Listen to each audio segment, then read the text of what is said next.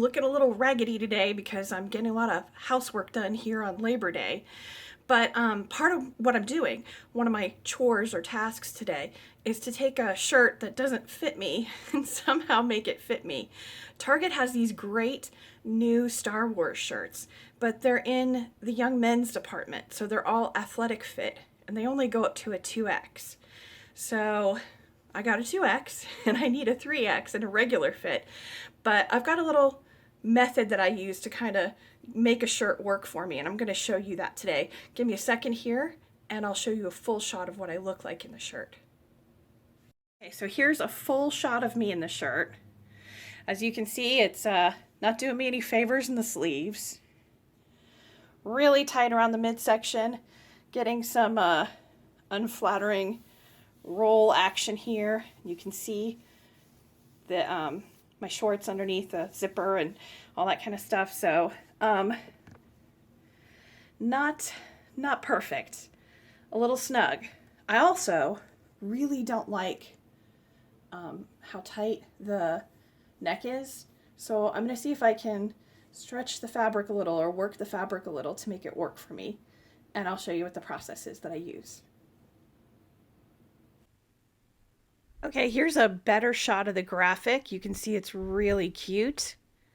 It's got sort of an 80s vibe to it. The fabric is 55% cotton, 45% polyester, which means once I work the fabric the way I want to, it'll probably pretty much stay that way. Okay, we're going to start off making the neck hole a little larger. To me, when you see the small crew neck hole like this, it is a clear indicator that a woman is wearing a man's shirt. Women's neck holes, even for the crew neck shirts, tend to be a little bit roomier, not as tight fitting. So what we're going to do is make it a little larger by very gently pulling on the fabric. Notice I'm not pulling on the seams down here. When I pull, I'm pulling above it.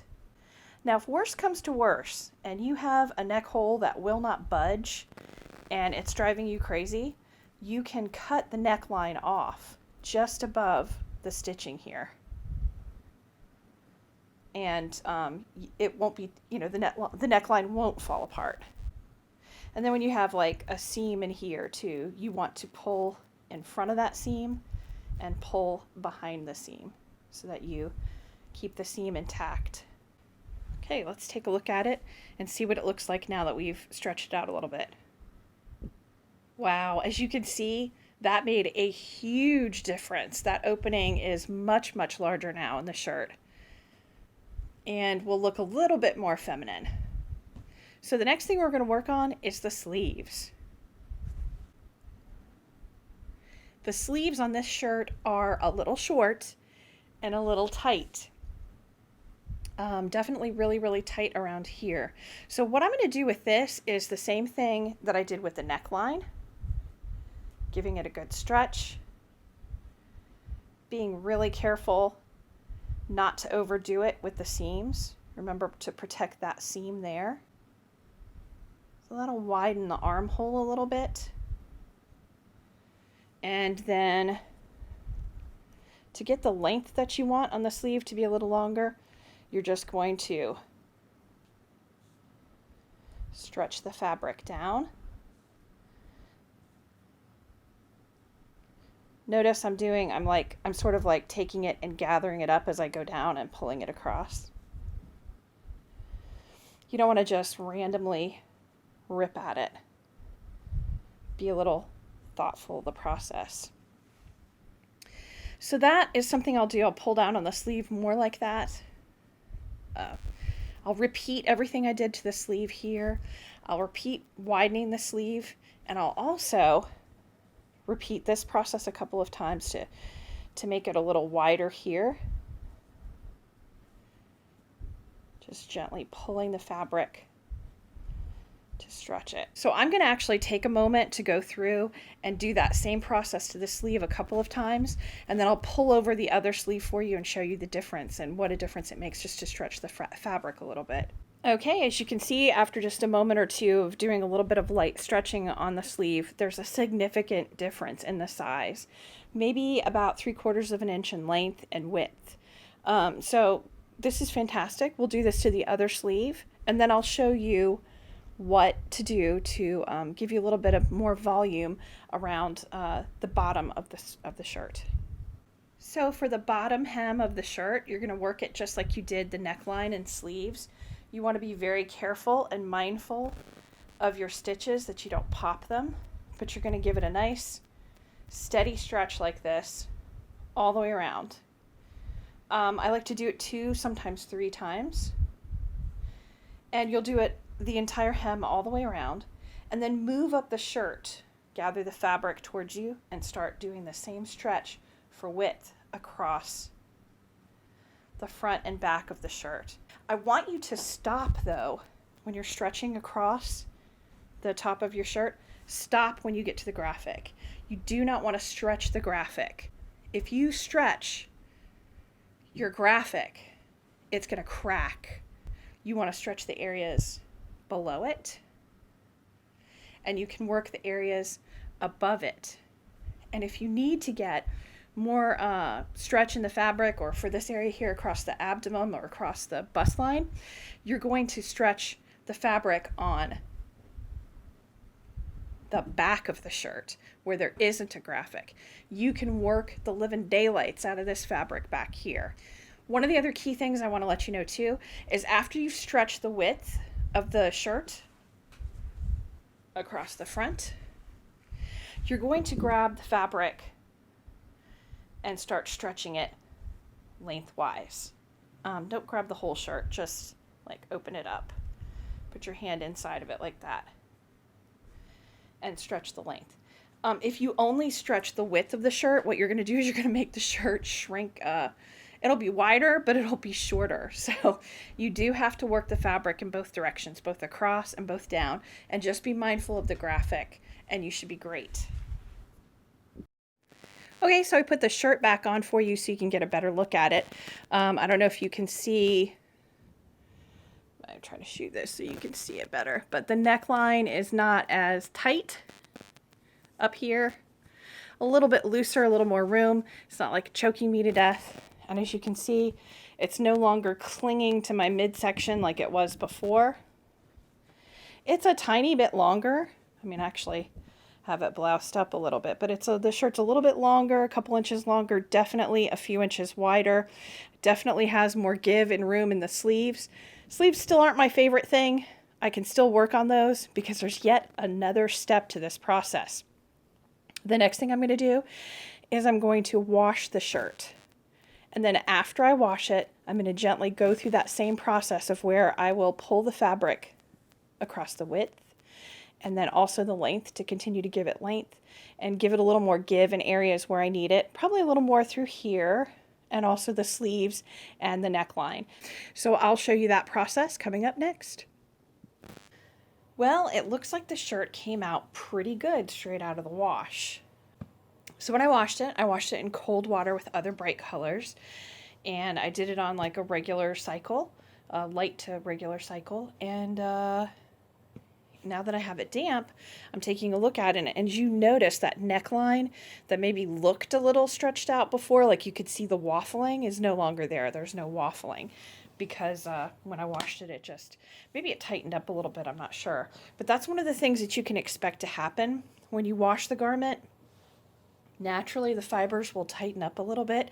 So what I'm going to do now that it's damp, is I'm going to follow those same steps we had before, where I'm going to go ahead and work on the neck a little bit. Be careful here because when it's wet, it's going to stretch a lot. It'll shrink up a little bit when it dries, but it'll really, really, really, really, really stretch out a lot when it's wet. So, you don't want to go too far and stretch it out so much that it's completely out of shape. So what you want to do, though, is when you are stretching the fabric, every now and then stop, take a look at it, make sure it's going in the direction that you want it to go in and not like getting overly big or you know, hold up the garment on the bottom and make sure your hem is straight all the way across, and like your back of your garment isn't longer than the front, unless of course that's the way you want it.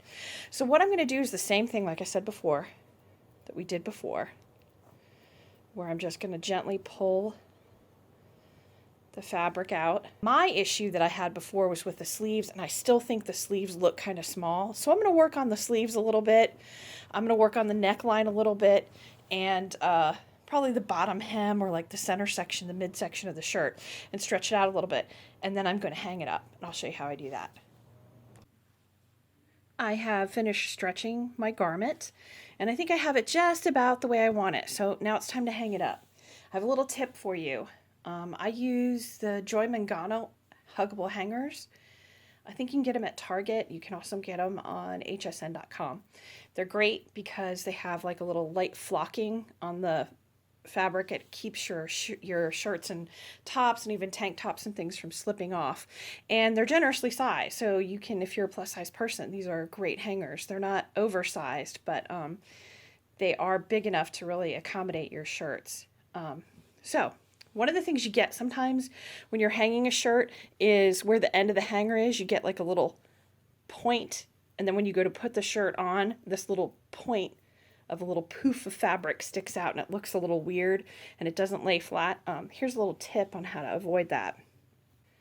So I don't know if you can see what I'm doing here, but I'm taking the seam in the shoulder and I'm lining it up directly on top of the top edge of the hanger.